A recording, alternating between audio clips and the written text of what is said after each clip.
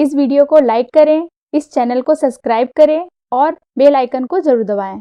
उम्मीद करते हैं कि ये वीडियो आपको पसंद आया होगा।